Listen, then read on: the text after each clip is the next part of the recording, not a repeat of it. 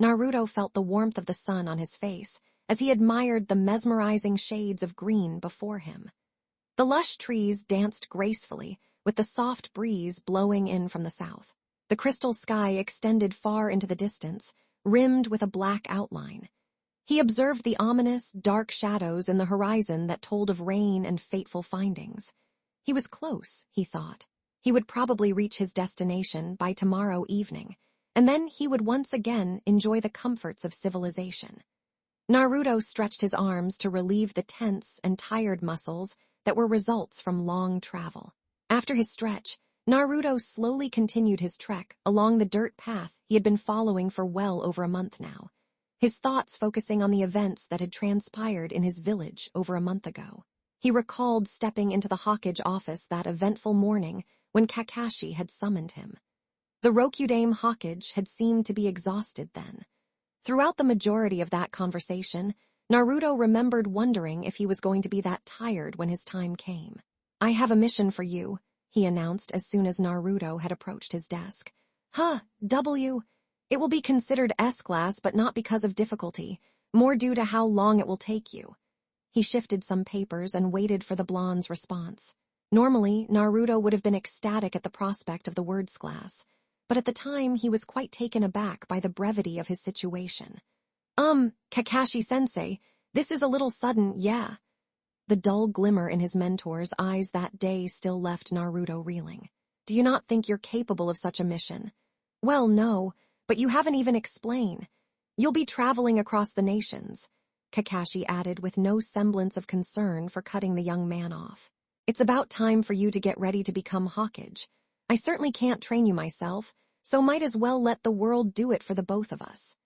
Naruto didn't have time to dwell on the fact that Kakashi had basically promised him the title right then and there. "Do I really have to go that far?" Kakashi looked up from his papers. "Are you underestimating the weight that comes with the position?" "No, of course not, but..." "Good, then there's no issue. Because as you understand, you were probably strong enough to become Hokage 4 years ago, but strength isn't the only indicator." "I never said..." Naruto started. Even looking back, the blonde still felt irritated at his old teacher's interruptions. "You're inexperienced, Naruto, and young, very young. Your father was even older when he put on the hat, so this is going to be a long mission indeed." Naruto frowned and folded his arms. "Where exactly will I go?" Kakashi leaned into his chair. "The destination doesn't matter. Everyone will recognize you anyways. You'll be welcomed anywhere. You just need to be open to what the world has to show you." "Okay, but you still haven't told me why." "It doesn't matter why, Naruto. I'm sure you'll figure it out yourself once the mission is complete." His eyes locked onto his former student. "And I do expect you to complete it." Apprehension and annoyance was not a good combination, and Naruto recalled both at that moment. "This still sounds really vague." "Hopefully, that will be the least of your problems," Kakashi added as he turned back to his papers. "You have much to learn, and I'm sure everything will sort itself out. It's not like another war will break out anytime soon." "And what happens when I complete it?" "If the mission is successful, then you become Hokage," said Kakashi. Suddenly, all the apprehension in him disappeared. "Wait, really? Just like that?" "Of course." Kakashi returned all his attention back to him.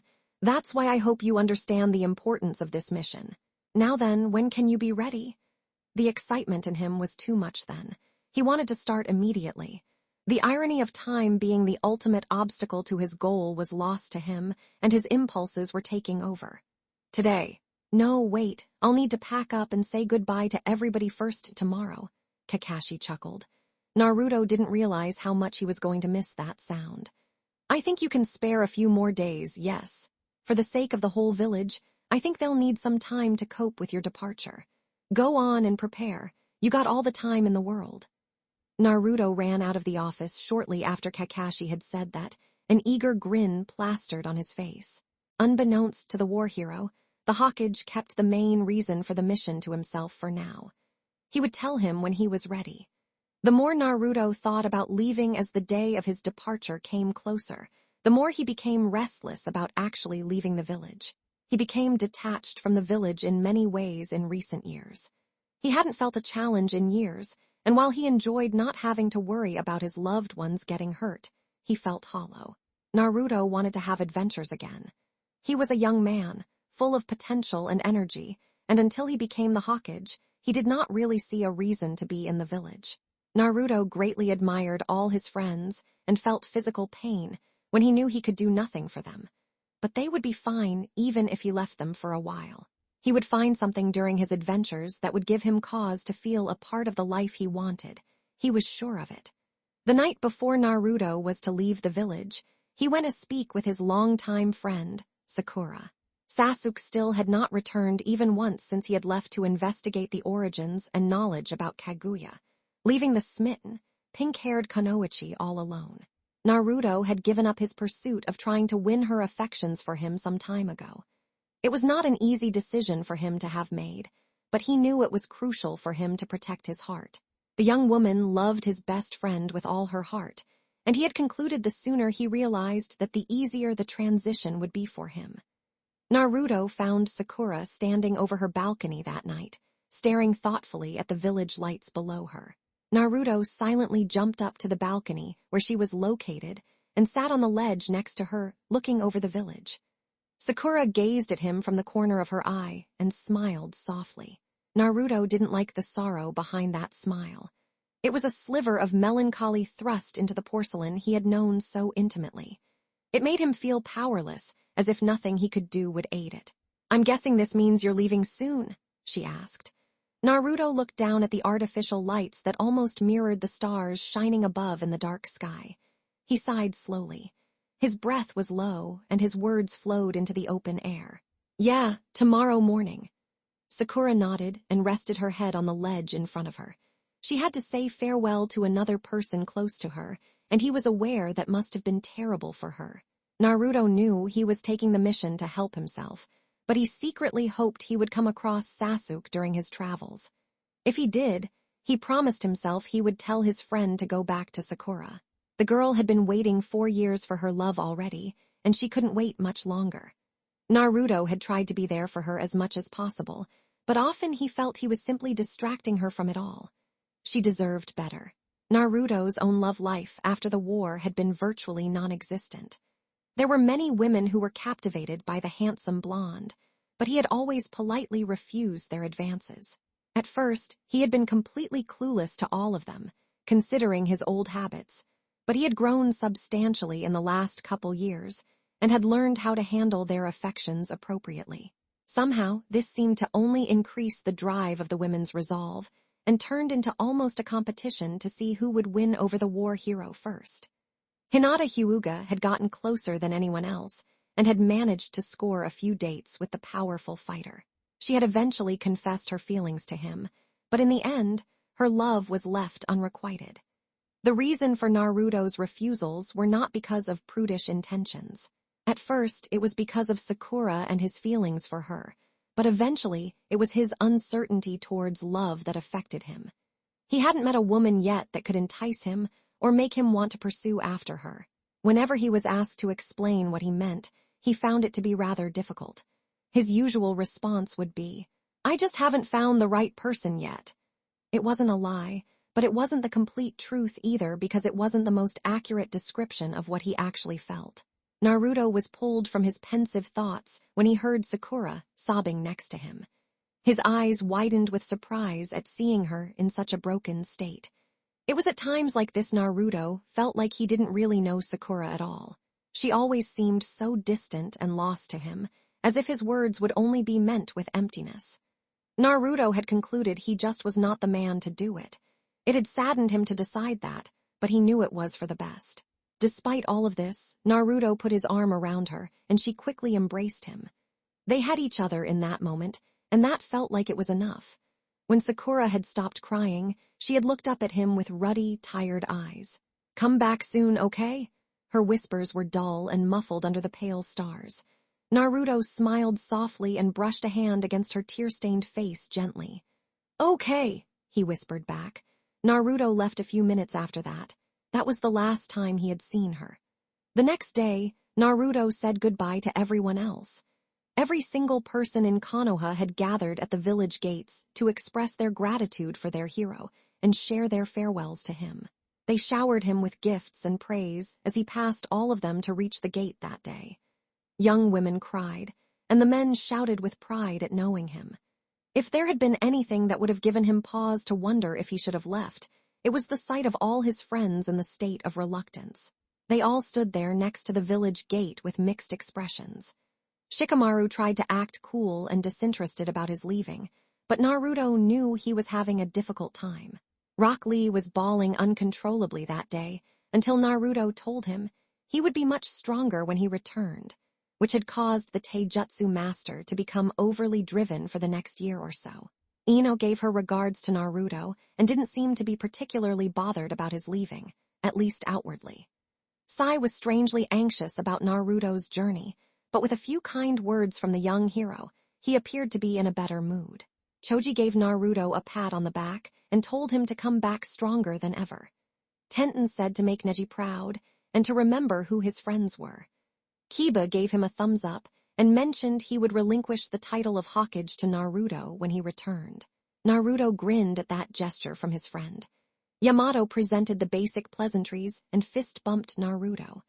Konohamaru said he would be far stronger when Naruto returned and wanted to spar as soon as he got back. When the awkward moment came to speak to Hinata, Naruto had brushed aside his negative feelings and wished her well. The gentle Hinata accepted his friendly words and bowed respectfully to her former love. Tsunade, on the other hand, was a lot less subtle. She almost squeezed the life out of Naruto and begged him not to leave. Kakashi pried her off of him, and even then, she was still noticeably upset. Kakashi provided Naruto with a map of the surrounding nations, and where he recommended he should go first. Aimgakure had been quiet as of late. They hadn't heard from the shinobi in that area for quite some time, and he wanted Naruto to investigate the problem if there was one. He told Naruto that he had notified all of the other Kage about his mission, and that they would greatly welcome his company whenever he arrived. He handed Naruto a small scroll that stated his mission and approval to enter any allied nation, and the surrounding nations with the Hokage's official signature. The Hokage ordered Naruto to send a report as often as possible during his mission via a messenger toad. "Remember," Kakashi reminded him before he left, "there's no rush. Take your time with this. You can truly come back whenever you want. However, I expect you to be ready to be Hokage if you do."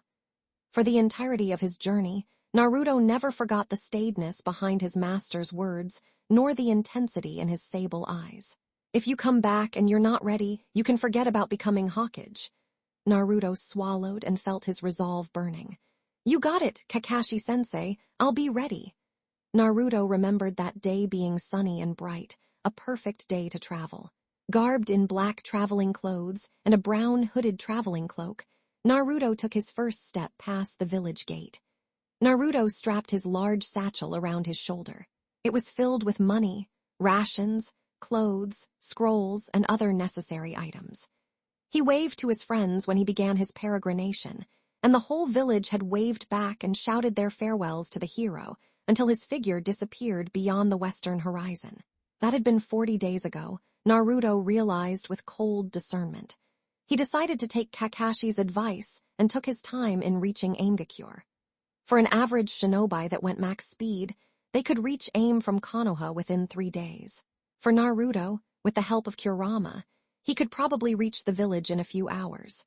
Obviously, Naruto didn't want to move that fast, so he maintained a slow and steady pace every day. He would walk for about 8 hours a day, then find a cozy meadow or tree to rest for the night. He passed the occasional inn or village every now and then, and he would usually stay there for a few days. Sometimes, if the village was particularly comfortable or friendly, he would stay for a number of days until he felt it was best to move on. Needless to say, every village was sad to see him leave. Naruto was currently close to the western border of Hai no Kuni, and the country where Aim was located was near. Naruto could feel the density around him, and the humidity increased every step he took. He could feel his bandaged right prosthetic tighten slightly, something that usually occurred right before it rained. The rain clouds that had originally seemed so far away before were now almost directly over him. Naruto pulled up his hood and smiled as it started to sprinkle on him. He had learned to appreciate the rain in recent years, especially because it reminded him of Nagato. Even though Naruto had his hood up, some raindrops fell upon his face. Clear, delicate beads dripped from his long bangs. He allowed his spiky, blonde hair grow out recently, and it was now slightly longer than his father's had been.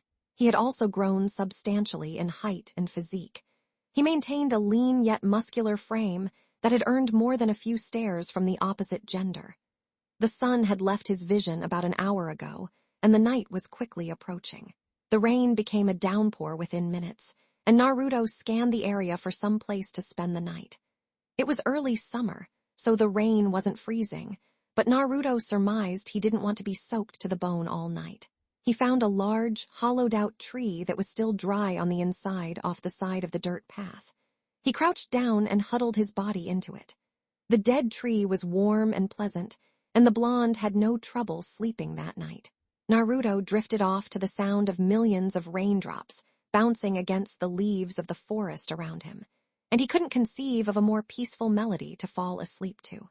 Aimgakure was usually poorly categorized as a village, but the truth was it was more like a city than a small town. Konoha was far bigger, but it didn't contain the large metal buildings that Aim proudly possessed. It almost always rained in Aim, and all the water converged into the massive lake surrounding the village. The lake was the village's means of protection and provided a sense of isolation as well. Travelers and merchants wishing to reach Aim would usually take a ferry or boat to get across. In the past, travelers would have to go through a plethora of screenings and questions to visit the village, but nowadays it was much more lenient.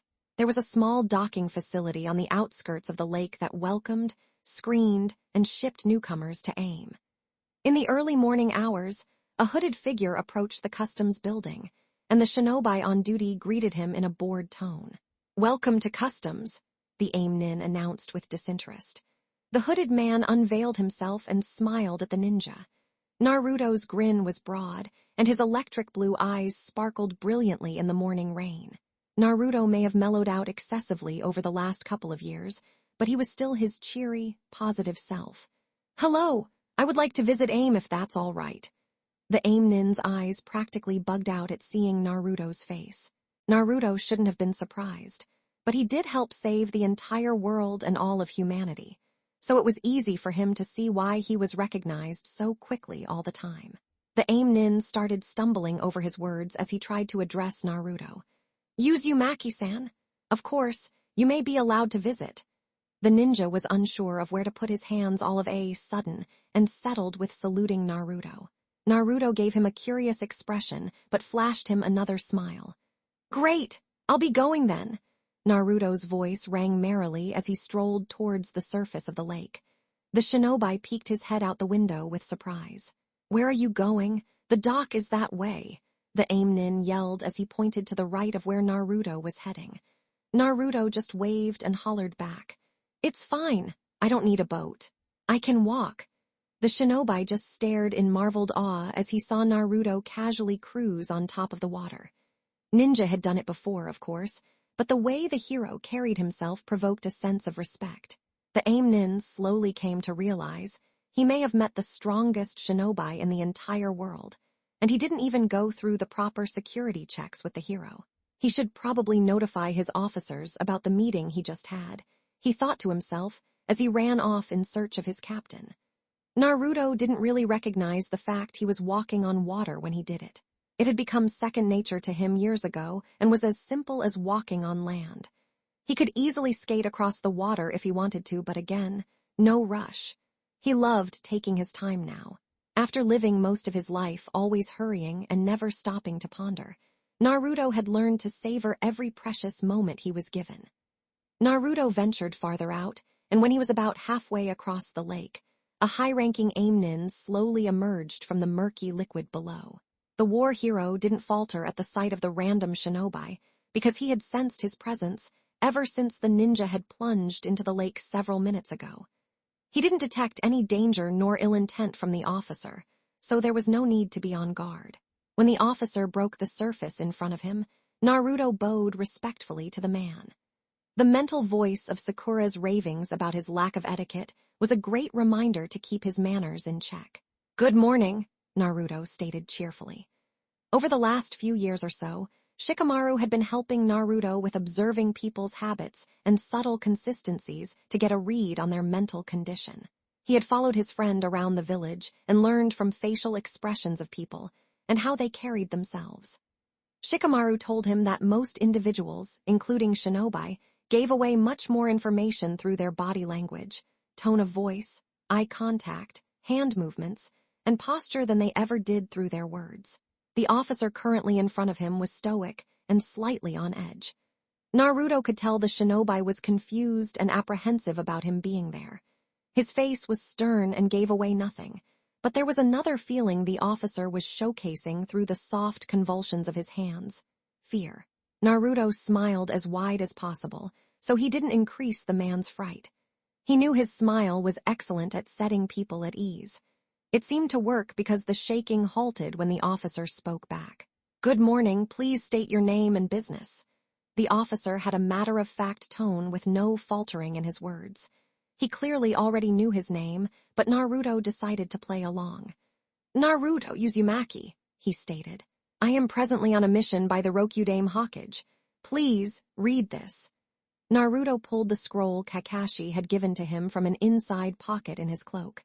The officer calmly grasped the scroll and quickly scanned its contents. When he finished reading it, the Aimnin handed it back to Naruto and cleared his throat. "Everything seems to be in order." The officer bowed. "We are honored to welcome the hero of the 4th Shinobi World War, Naruto Uzumaki, to our peaceful village. Please stay as long as you like." Naruto bowed back again and rubbed the back of his neck modestly when he stood upright. "Thank you very much. If you don't mind, I have a quick question to ask before you." Naruto wasn't sure if he liked the slight emphasis in the officer's voice when he had said peaceful. "Of course." The officer appeared to be at ease, but there was a rigidness about him that spoke of darker secrets. Naruto tried to make the matter seem minor to his interests. "Is everything well in your village? Konoha hasn't been receiving updates or reports from AIM in quite some time." Naruto's suspicions became definite when the man rolled gently back on his heels at the question. It was subtle, but it didn't escape his eye. The officer was nervous at answering him. Naruto was certain of that. "Everything is superb, Uzumaki-san." Naruto noticed the gentle twitch of the man's hands at his subtle lie. This guy has really got to control his hands, Naruto thought to himself. "It has been so serene and quiet here that we have had no need to report anything whatsoever. I hope that is a formidable excuse, Uzumaki-san. If you would like, I will personally start writing a monthly update to Konoha. However, it will most assuredly be filled with uneventful instances and dull resource lists." Naruto nodded and accepted the man's falsehood. He would need to investigate what was really going on himself. That was fine. He liked that more anyways. He thanked the man and meandered around him with calm grace. As Naruto was walking away, the officer said one last thing. "I hope you run into the other future Kage that is staying with us, too." Naruto paused for a second at the cryptic statement, but then continued his sojourn towards AIM in silence.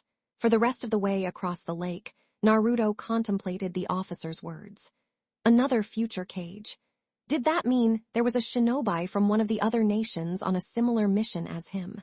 Naruto would have to find out. His thoughts stopped when he was a few yards from the end of the lake. Naruto looked down at the ripples forming around his feet. His master and godfather, Jiraiya, had fallen in this lake. That was what Fukasaku, the elder toad sage, had told him. Naruto still greatly missed his old master and smiled sadly down at the place where Jiraiya had been slain. He stopped to give a quick prayer on his behalf before he stepped out of the water and onto dry land. Naruto had never visited Aingakure before and was utterly astounded by the giant skyscrapers that towered above him. He attempted to keep to the shadows as much as possible to not draw any more attention to his recognizable features. Blonde hair would easily contrast with the stormy, dark colors of the city, so he kept his hood up. He could have performed a henge, but Naruto didn't want to alert any of the higher-level shinobi in the area. Naruto carefully inspected all his surroundings and tried to assess the area as thoroughly as possible. The citizens he encountered seemed to be cheerful and calm for the most part. Shop owners yelled and joked off the side of the streets, and the village bustled merrily. Aside from the constant rain, it felt like any other village.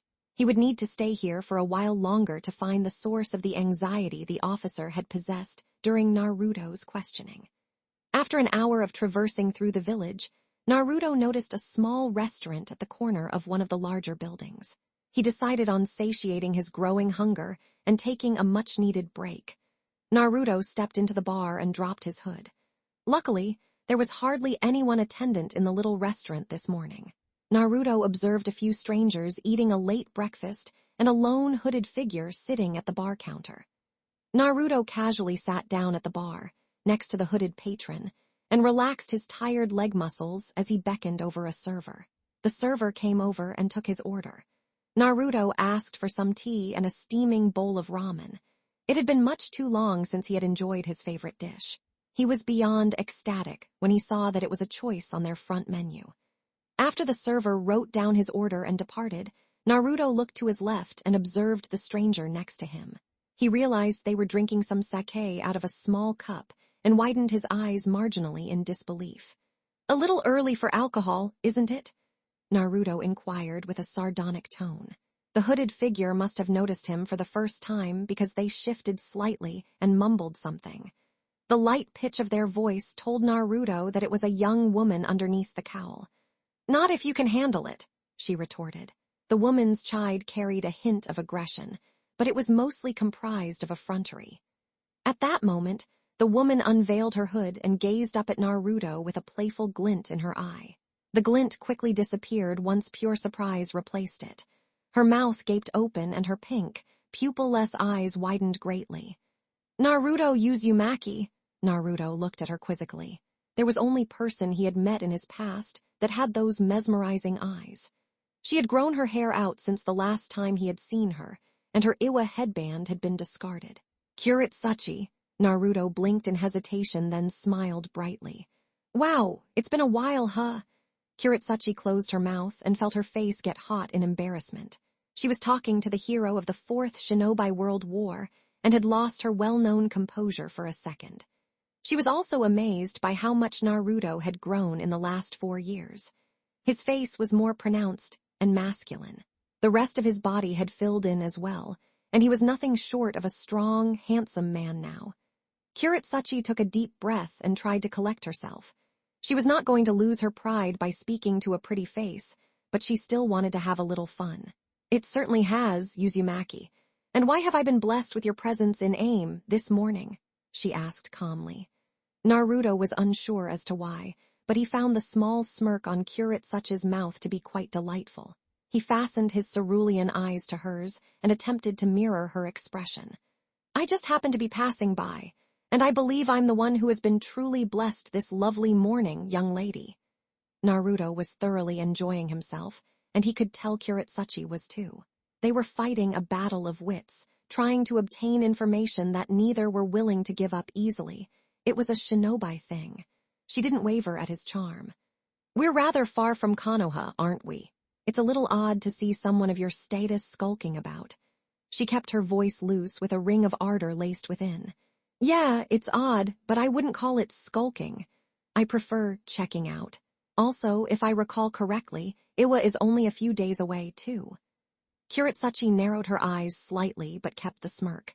Their nations were allies, and she knew there was no reason to be so cautious, but she was enamored by the wit of the man before her. If her memory was accurate, she was certain it was a recent development for him. She brought her hand up to her face and rested it on the side of her cheek, showing off her freshly polished fingernails. "For a man that should have passed the Hokage, I wonder as to why you have left your village, hero." She kept a precise flair to her inflection that she was rather proud of. Naruto couldn't help but grin at that subtle jab she gave. He decided to be a bit more direct in his approach. Fishing for information was turning out to be much more enjoyable this time around for him. "Funny you should say that, considering you should be the Tsuchikage by now." He was hoping that would break her mask, but it didn't. Kurotsuchi's smirk merely got bigger. Kurotsuchi didn't expect him to come back with a stronger retort. She wasn't sure if she should give him something to play with or to be more ambiguous. She settled on adding more to the conversation. It just so happens that I'm on an S-ranked mission, hero. My grandfather is going to give me the title of the Yondaime Tsuchikage when I return. She was startled when Naruto's smile vanished, and his eyebrows rose in awe. This peculiar man was demonstrating a formidable range of emotions, and Kurotsuchi was uncertain as to what she felt about that. She certainly didn't anticipate him to be that surprised. Naruto had never participated in such playful banter before and was amazed at his own words, but now he was even more astounded. The sheer coincidence was baffling. That's remarkable, Kurotsuchi. Kakashi assigned me the same mission. Naruto dropped his intentional charm and possessed nothing but pure amazement on his features. Kurotsuchi's facade seemed to fall as well at his proclamation. She blinked and remained silent for a few seconds. After the pause, she smirked again. Let me guess, the Hokage wanted you to investigate Aimgakure's silence, too. Naruto caught on and grinned cheerfully. Yes. I take it they haven't reported to Iwa either, he asked, already knowing the answer. They haven't. Her smirk was small, but it held such a heavy amount of pulchritude to it that Naruto was having difficulty focusing on his words. I see. You don't happen to have any leads. Naruto's eyes were not so distracted to neglect the fact that the server had just placed his order of ramen in front of him. Kurotsuchi stood up out of her chair and flashed another playful smile at him. Naruto would be lying if he said he didn't appreciate the sparkle in her rosy eyes. I don't believe I do, I'm afraid. Now, if you'll excuse me. She turned to leave. Naruto wanted to follow her. He told himself that such reasoning was because he wanted to know more about Aime's predicament. However, he was horrible at convincing himself of anything other than the truth. Instead, rather than part with his delectable ramen, he tried to appeal to her. Perhaps you'd like to accompany me for a casual date, then? Kurotsuchi's eyes flashed innocence as she tilted her head at him. Why, I thought we were already on one. The smile she gave him should have melted his bones away. It would have if she had made use of her lava release. At that point, he would have welcomed such a reaction. Maybe next time you'll be more aware of that fact. Goodbye, hero.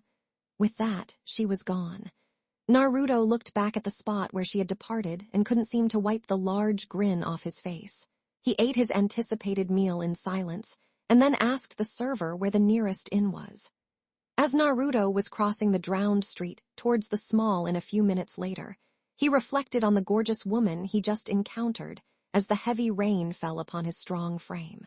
Naruto rarely talked like that, and it was slightly unsettling how he acted towards the Iwa Kunoichi.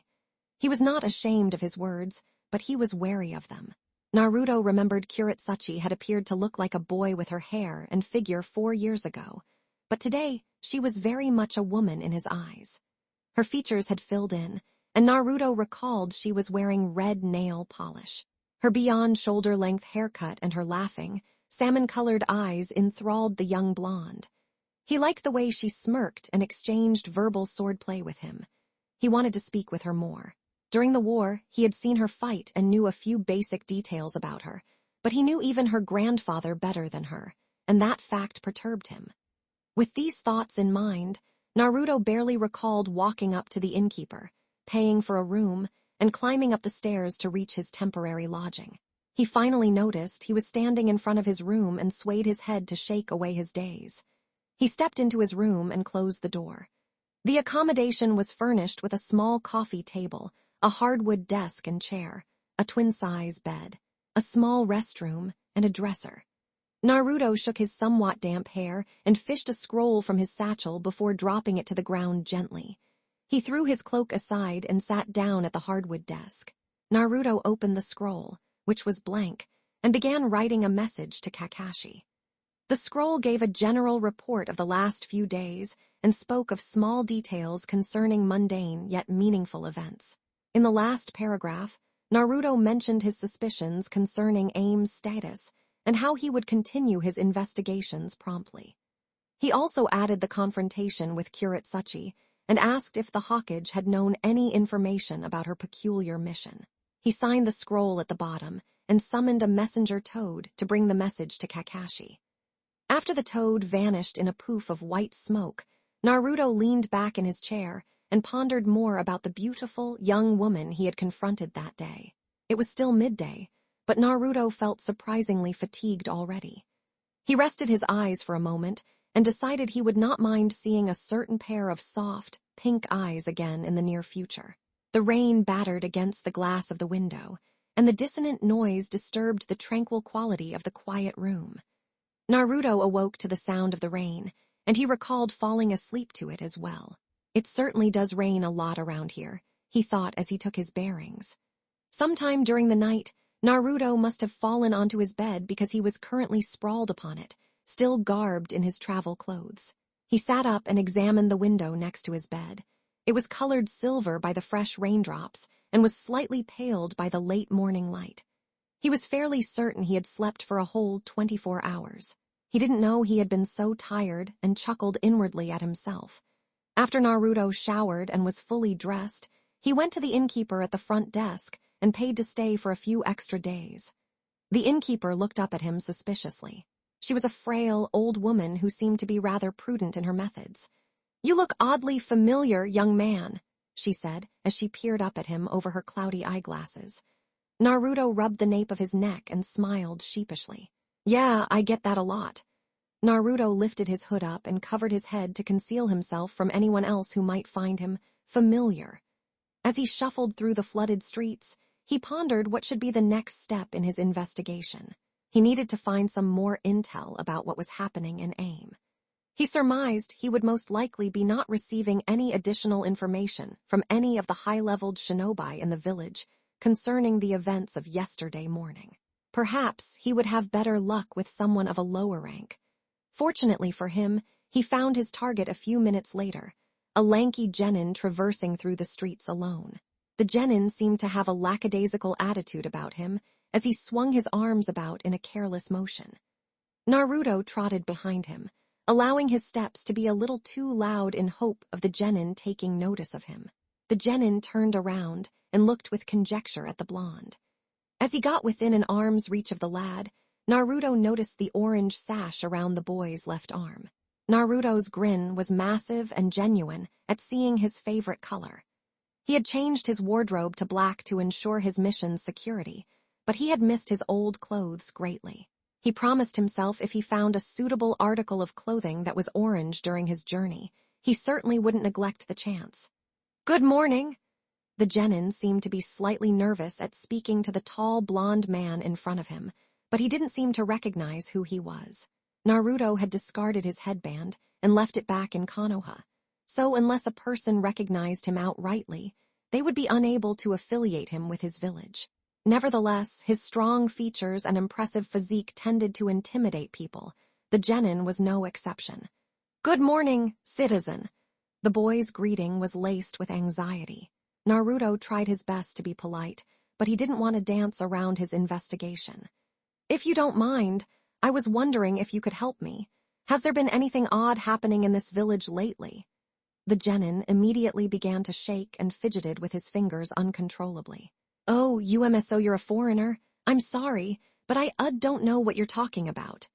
Small beads of sweat started to form around his pale face. Naruto blinked and quirked an eyebrow. He wasn't trying to frighten the poor boy. He simply wanted to obtain information. Naruto decided honesty might be the best approach with the young genin. He dropped his standard conduct and spoke with his much more preferred manner. "Look, I'm actually a very strong shinobi from Konoha." He kept his tone low. "I'm worried about the people of this village, and if you know anything about what is going on around here, then please tell me, so I can help them." The genin seemed to calm down at Naruto's gentle words and looked around the immediate area. There was also a childish-like innocence in the blonde's blue eyes that resonated within the youth of the boy, something he hadn't seen from anyone before. "Okay, but not here." The genin looked down a closed-off alley. "Follow me." Naruto followed the young boy until they were safe from prying eyes and ears. The alley was dank and humid but drier than the street. Naruto leaned against one of the walls and gazed intently at the genin, waiting for his explanation. "Ever since our angel died years ago," he began, "we've had a lot of men come in and try to be our village leader. At first, we had a few of our jonin step up and try to lead, but many were too inexperienced to watch after an entire village. Finally, one of our strongest shinobi, Saoji, decided to take over and things were fine for a little while. The genin struggled to continue. We were just fine until he came along, a gang leader named Naruto. He's far stronger than our leader and could have easily defeated him, but instead of just killing him, he's using him. He works behind the scenes and tells Saoji what to do. If our leader doesn't listen, Naruto says he will massacre the entire village. The genin clenched his fists and started to shake again in resentment. The worst thing is that he's perfectly capable of doing just that. His gang is massive and strong. He wants to build AIM up until it's strong enough to be a threat to even the Shinobi Union. For this reason, he's forced parents to make their children become ninja. I've never wanted to be a ninja. I don't like fighting, but he forced me to do it. If you disagree with him or don't do what he tells you, he gets rid of you. The genin started to weep. He's a murderer and a horrible man. I've even heard rumors about how he does even more terrible things to the civilians here. Worse things. Things he does in the night to women. Naruto felt a cold shudder run through his spine at the boy's words. This never would have happened if Lord Pain or God's angel were still around. Naruto sighed. He remembered Nagato and Konan as well and missed them greatly. He knew if they were still alive today, then they never would have let any of this happen. But they weren't here, he was. The genin straightened himself and tried to wipe his flushed, tear-stained face. I shouldn't be crying, but I don't understand. Our angel said that we would always be protected by Naruto Uzumaki, the man that freed Lord Pain. The same man that saved the world years ago, but he hasn't saved us. Why? He buried his head into his small hands. Naruto closed his eyes for a second and was contemplative. If he had known beforehand, then maybe he could have done something. No, that wasn't fair. It wasn't his fault horrible circumstances occurred to good people. The lack of acting purely based off ignorance couldn't be used to condemn a person. What really mattered was what a person did in the present. They couldn't change the past. It hurt a person to fix their eyes on the past for too long. So, Naruto opened his eyes and stood upright. Tell me, have you ever seen Naruto Uzumaki? Naruto asked the boy. The genin lifted his eyes from his wet palms. No, I saw a picture once, but I don't really remember. His eyes widened when he gazed up into Naruto's ocean blue eyes. It may have been gray and stormy that day, but the genin always remembered seeing those eyes shine with brilliant radiance. In that moment, the boy realized the hero was here, and he forgot his sense of hopelessness. The war hero had an interesting way of doing that to people. Naruto leaned over and put his hand on the boy's head. My name is Naruto Uzumaki, he announced with dynamism. I'm sorry it's taken so long. I promise I'll protect all of you. The young boy's eyes were filled with pure awe as Naruto made the strongest, yet simplest, declaration he had ever heard. Now, where is this Naruto? The boy was speechless for a few seconds, but he quickly summoned his wits. He lives in Lord Pain's old building, the tallest tower in the city. You should find him there. The genin was still slightly dazed by Naruto's demeanor. Naruto nodded and turned his back on the genin. He took a few steps forward, and without looking back, he gave his promise. I'll take care of it. With that, Naruto slowly marched down the alleyway. The genin stared at his back as he left. Something crossed the boy's mind as he saw the hero leave. It was not a careless thought, nor an unrealistic one. The genin simply realized what a protector was. Many years later, he would tell others about what he saw that day. He would say he saw a man who took responsibility and thought of others before himself. He would say he saw a hero. Naruto was by no means a foolish man. He was proud to say he was as shrewd and as cunning as his late father had been. Those who had known his father well agreed with him, because they knew if he was anything like him at all, then it was best to concede with the man. They also knew Naruto's temper was as short as his height. Of course, it was wise to not mention that in his presence. His father had passed away 3 years ago due to a deadly virus. After that, Naruto had become the gang leader.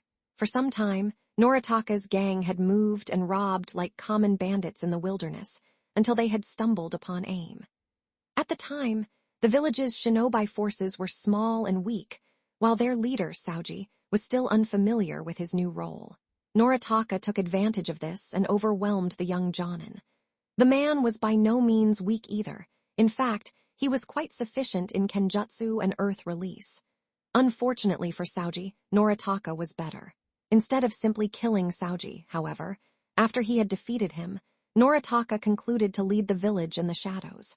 He told Saoji what to do, but to an outside viewer it would appear Saoji was making all of the decisions. Most of the citizens had quickly figured out Noritaka was behind all the village dilemmas, but they were dealt with if they spoke up. As a result, no one said a word about Noritaka on fear of death or worse. All of Noritaka's men were skilled fighters and greatly outnumbered the Aim-nin. Noritaka quickly put most of his men who were efficient enough with chakra into the Aim Shinobi ranks to make sure there were no uprisings. As a result, almost all the Shinobi officers were Noritaka's subordinates. It was easier to control the masses that way and was a great start to reaching his goals. Noritaka's men were aware of his hobbies and usually didn't speak about it in front of him. He would take women from the village at night and bring them into his chambers. Sometimes, the guards would have to clean up after their leader and would find some of the women dead. Even if they weren't dead, many times they begged to be. Noritaka's chambers were located high above the village in the tallest tower, adjacent to Saoji's dwelling for good measure. That morning, Noritaka was greatly troubled and had been trying to eat his breakfast when one of his men entered the room. It was one of his officers, and he bowed to Noritaka with great admiration. Noritaka looked up at him with irritation set in his beady eyes. He was a short and stocky man. He had tied his balding, dark hair back in a short ponytail and was currently wearing a green kimono. "What is it?" he asked, annoyed. The officer stood up and kept his face as emotionless as possible. "We have located Naruto Uzumaki. He was seen leaving his inn earlier this morning. Unfortunately, we quickly lost sight of him and are unable to locate his current whereabouts." Noritaka threw a half-filled bowl of miso at the officer, who suddenly dodged it and winced away from his leader. "Are you fucking joking?" Noritaka roared. The officer was noticeably startled by his leader's actions. His usual sallow face was visibly red. "You said you located him, but then you lost him. If you don't know where he is now, then why even bother telling me, you piece of shit?" The officer quickly bowed to apologize, but he still had more news to give. "Please forgive me, Noritaka-sama," the officer begged, "but the Tsuchikige's granddaughter, Kurotsuchi, is here to see you again." Noritaka's demeanor instantly changed at that announcement. "Well, send her in." A large grin formed along his thick lips. The officer bowed one last time and left the room. Noritaka shifted in his seat and prepared himself mentally for his unexpected visitor. Despite his current good fortune, he had been on edge almost all yesterday. He received the report stating Naruto Uzumaki, the hero of the Fourth Shinobi World War, was temporarily residing in Aimgakure. Noritaka had had enough to worry about when Kurotsuchi came to the village a week ago. Now he had to be cautious of one of the strongest men to ever live. Noritaka had no idea that by not sending reports to the Union, they would send Naruto Uzumaki and Kurotsuchi over. Was AIM really that big of a deal? He certainly didn't think so, but he had to remain calm. As long as he gave the Union what they wanted, and he kept his existence as hidden as possible, he'd be fine. Of course, as soon as he heard the lovely Kurotsuchi was staying in his village, he had invited her up to his chambers. She had been stoic and stone-cold to his advances, but he knew he would win in the end. She was strong, but Noritaka was positive he and his men could overpower her without suffering considerable losses. As long as Uzumaki didn't come into the picture and he kept Kurotsuchi close, he would thrive in the shadows. Kurotsuchi glided into the room as Noritaka was deep in thought. She stood in front of him wearing a long red dress underneath a black travel cloak. Her vibrant, pink eyes stared coldly at him. He wanted so badly to see those eyes look at him with fear and submission. Soon, he told himself. Very soon. "Kurotsuchi, my dear," he vociferated with a large, oily grin as he stood up. She was easily a head taller than he was. "To what do I owe the pleasure? I thought we already settled everything." She scowled. "I ran into Naruto Uzumaki yesterday," she said with malice etched into her voice. "Guess what he told me?" Noritaka blinked and shrugged, hoping to feign ignorance. She didn't seem to care whether he knew or not. He said that you haven't been sending reports to Konoha, either. She leaned forward so her eyes were level with his and gave him an intimidating glare. Why is that, Noritaka? He swallowed down a nervous lump in his throat and collected himself. When Kurotsuchi had entered the village a week ago, she had immediately began asking questions to all his officers. She proved herself to be an extremely audacious and intrusive kunoichi. It hadn't taken her long to find out Noritaka was the true leader of the village, and she had questioned his intentions and methods of leadership. He provided everything she demanded until she was supposedly satisfied. But she still didn't leave, and Noritaka was having a hard time wondering if that was a benefit to him or not. Now that Uzumaki was around, he felt it wasn't the former. Of course, that makes sense, doesn't it? He tried to etch a sincere and calm smile onto his features. Kurotsuchi raised an eyebrow. You're all part of the Shinobi Union, aren't you? I would only need to send one report to one of you, and then you would all have it, correct? And the reason I wasn't sending any reports before was because you didn't think you had to, considering you're not actually part of the Shinobi Union. Yeah, I know. She crossed her arms and exhaled slowly. She still didn't seem satisfied. Precisely, replied Noritaka. So I'm having difficulty trying to see what the problem is. Noritaka feigned his best version of an innocent expression. Kurotsuchi felt embarrassed, and that furthered her ire. She hadn't analyzed any of that. The Shinobi Union was less than a year old, and it was easy to forget about their policies considering it was still relatively new. However, the fact that Noritaka knew about the regulations better than her, when he claimed he wanted no part in it, raised her suspicions. She didn't trust the man and had good reason to think so. She had heard the rumors about the missing women around the village. She had no direct proof yet, and until she found it, she wasn't leaving AIM anytime soon. Fine then. I'm still not done with you yet, though, so you better not slither away behind my back, all right?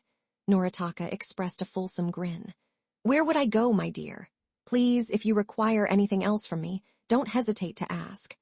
Kurotsuchi gave a huff, rolled her eyes, and swiftly left the room without another word. Once she was gone, Noritaka exhaled with great potency. He felt like he was holding his breath the entire time he was under that intense, coral-colored gaze. He wouldn't stand for such blatant defiance and disrespect. The Iwanin needed to be taught proper discipline. Yes, she was easily a cage-level shinobi, but he had ways to work around that. Noritaka called for one of his guards he knew was in the area. His guard knelt before him silently, waiting for his orders. Noritaka spoke with crisp composure. Our guest has overstayed her welcome. Get the 8 strongest together. I recommend you strike when she is resting. Do it tonight. I would like you to bring her back alive, but if you have to, kill her. The guard bowed. He performed a shunshin out of the room and left Noritaka to his thoughts. He stood up and looked out one of his windows upon the rainy village below. He grinned at the prospect of controlling more than just the small village and couldn't wait to have a pleading Kurotsuchi in his hands. Naruto felt the rain drop upon his exposed skin as he maneuvered through the busy streets towards the tallest tower of the village. The rain around him was cool, but his blood felt hot. The information the genin had given Naruto was slowly enraging the blonde with every step he took. He thought he had already handled all the evil in the world. Many of his friends and allies had died trying to bring about this era of peace, and the fact that there were still monsters out there infuriated him. He was not about to let other people suffer, especially if there was something he could do to help. As he swiftly turned a street corner, Naruto saw a flash of red pass him and turned his head to examine it. The source of the vivid color also turned their head. Naruto and Kurotsuchi fastened their gazes to each other, and both pairs of eyes widened in bewilderment. Suddenly, Naruto felt his rage subside when her rosy eyes bore into his. They both had stopped in motion, and for a few seconds there was nothing but the sound of the rain falling around them. Naruto noticed a hint of aggression in Kurotsuchi's expression, but he quickly deduced it wasn't directed at him. She must have just finished speaking with someone who really irritated her. Naruto wanted to say something similar to what he had said the day before, something witty or charming. She beat him to it. Where are you going, hero? she asked brusquely. Naruto was slightly startled by her straightforward question, but he also detected there was no bitterness in her tone. To the leader of this village, he replied. I've got to talk to him. He didn't need to be secretive with her and wasn't proficient at doing so anyways. He wanted to speak with her more and greatly enjoyed her presence, but his sense of duty outweighed his feelings at that moment. He was about to turn around and head towards his destination when, to his astonishment, he felt a strong grip on his bandaged arm that held him back. He looked over at Kurotsuchi to analyze her expression. There was a trace of concern buried in her face, and any lingering thoughts of justice left his mind at the wondrous sight. Naruto could have easily freed himself from her grasp, but he certainly didn't want to, not with a look like that. Please don't go, she mumbled over the noise of water splashing around them. Naruto was speechless. Her eyes were downcast, and he detected an odd emotion in them. Was she actually worried about him? She surely knew how strong he was and how he could take care of himself, so it couldn't be a question of prowess. Naruto was seriously confused. This was different from the confident and evasive woman that he had met yesterday. Why? He asked. Kurotsuchi squeezed his arm gently, and she tried to not consider his eyes. She didn't want him to confront Noritaka. She knew that if the two met, Naruto would immediately apprehend the man and punish him for his transgressions. He could detect the evil intent in men, and it wouldn't be difficult for the blonde to see the corruption in Noritaka's heart. If he did all that without inexcusable proof, Noritaka would be able to squeak by, and Naruto would have to suffer the political ramifications of his actions. For a man wanting to be the next Hokage, it was best his reputation remained positive. Of course, her logic was clearly flawed. The residents of AIM were acutely aware of Noritaka's habits and would have easily stood behind the war hero if such a situation called for it. But she didn't consider this in that moment. Her mind was too addled with other problems, other worries of Paisha's shades and visions. The one other reason Kurotsuchi didn't want Naruto to run in there was because of her sense of responsibility. She knew he could take care of himself, but Noritaka's gang was massive and were extremely unfair in their fighting styles. Despite her better reasoning, Kurotsuchi was, in fact, worried about him. She couldn't say that, though. She cleared her throat and attempted to think of a tactic to distract him, just for tonight. Her face heated up at the idea that crossed her mind, but she was certain it would work. Because I would like you to accompany me for dinner, she finally said. She couldn't dissipate the obvious blush showing on her face. Naruto had been surprised a lot in these last few moments, but the amazement evident in his eyes was far greater this time around. He was so shocked by the declaration that he said nothing for several seconds. He forgot all about his recent mission in that moment. Kurotsuchi released her grip on his arm and looked uncomfortable at his silence.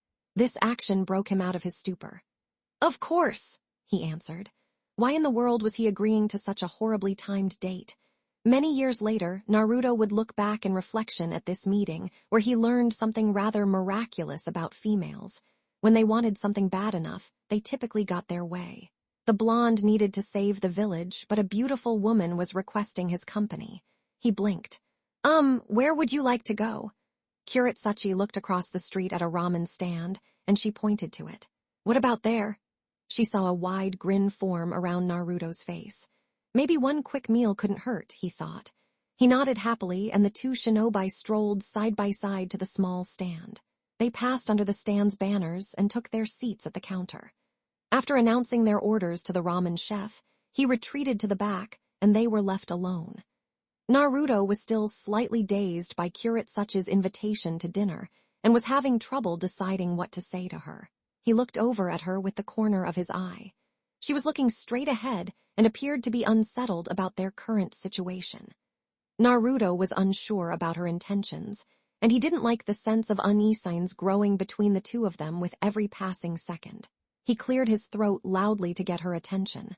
Kurotsuchi gazed at him inquisitively. How's your grandfather? He asked. He wasn't an expert at small talk, so he tried to ask about things he was genuinely interested in. He liked Anoki and hadn't seen the old man in a few years. His question was sincere even if it was relatively trivial. Kurotsuchi didn't seem to be bothered by his poor attempt to start a conversation. His back is still awful, but he's as strong as ever.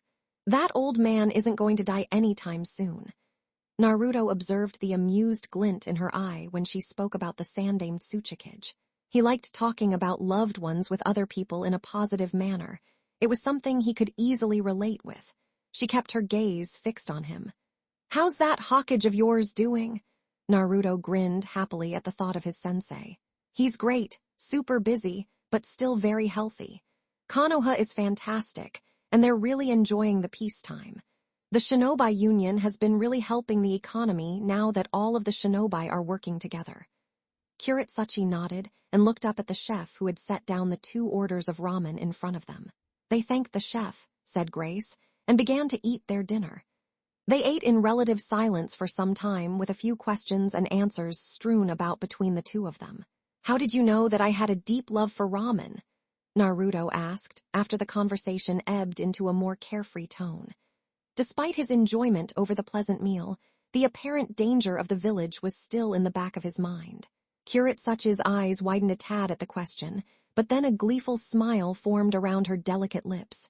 "I didn't. It was just a rough guess. Plus," a twinkle shined through her rosy eyes, "I like it too." This was a woman after his own heart. After the discussion reached the surface, Naruto began to realize he loved the way Kurotsuchi would speak her mind on occasion without thinking. It reminded him of himself sometimes. That trait had been especially problematic for him at a younger age, but it was one of the things people admired about him.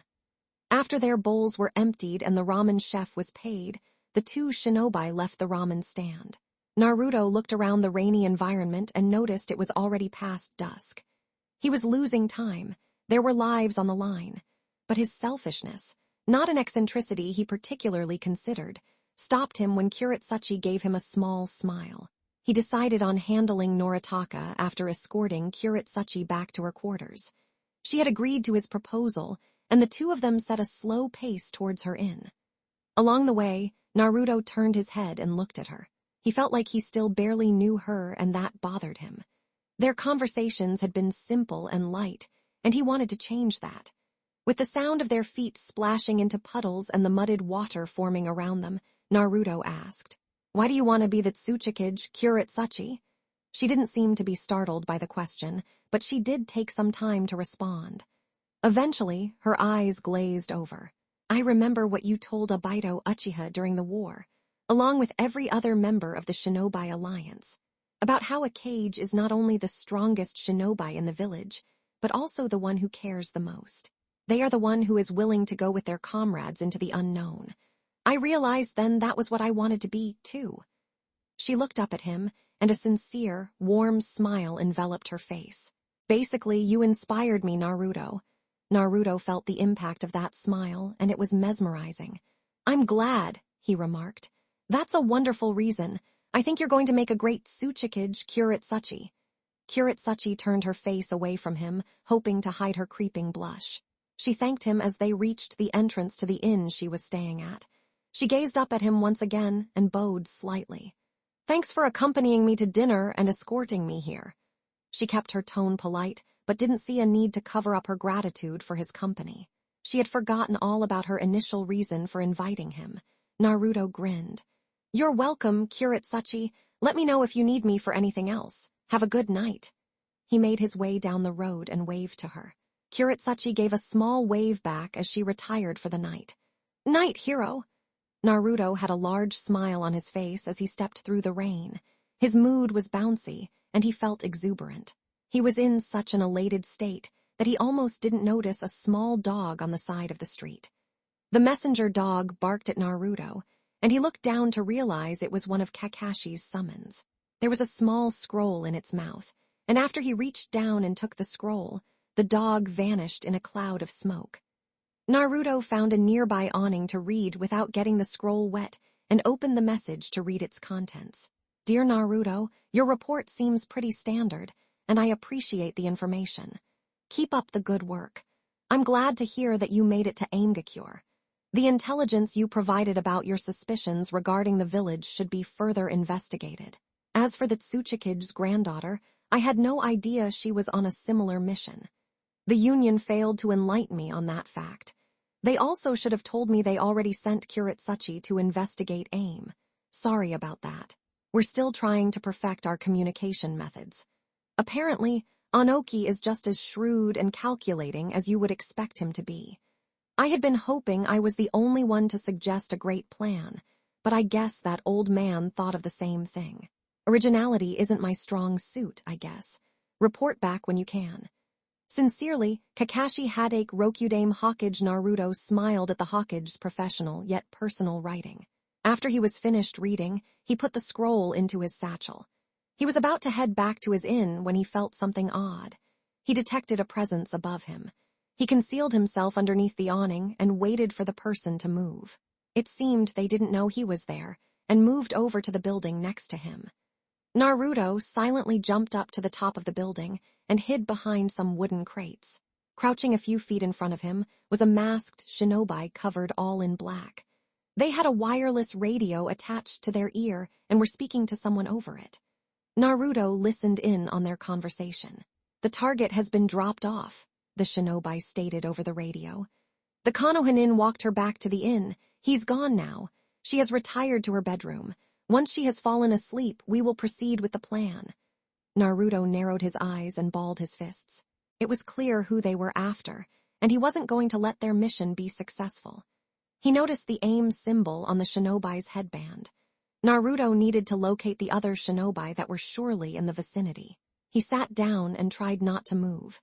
He let the cool rain douse him as he felt the natural energy pass and circulate throughout the air.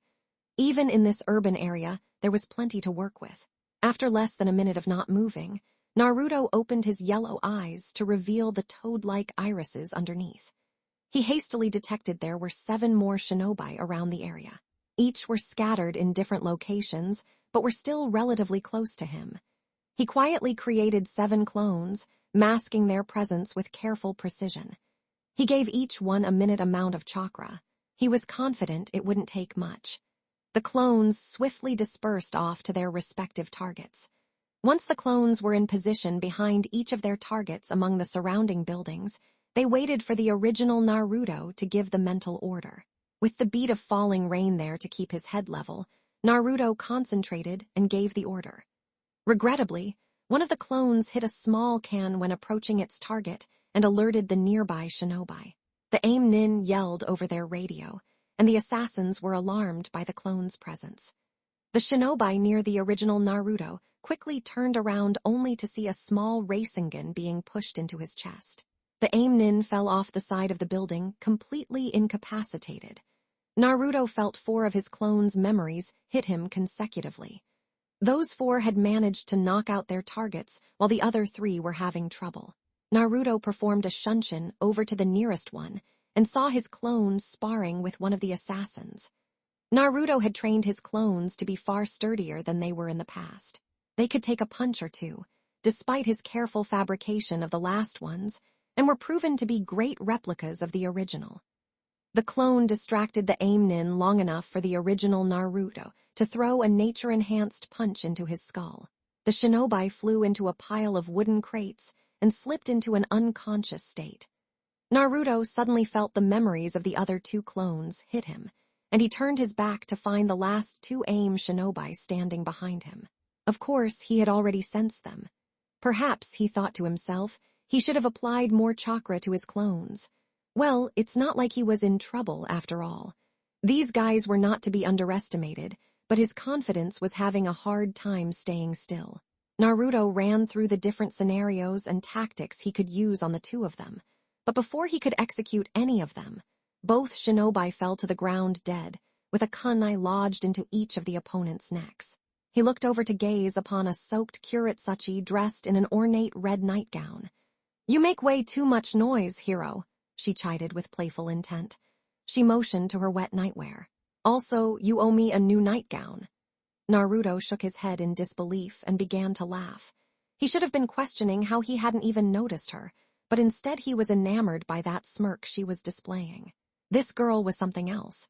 He mused as he reflected on the cheerful glint in Kurotsuchi's pink eyes.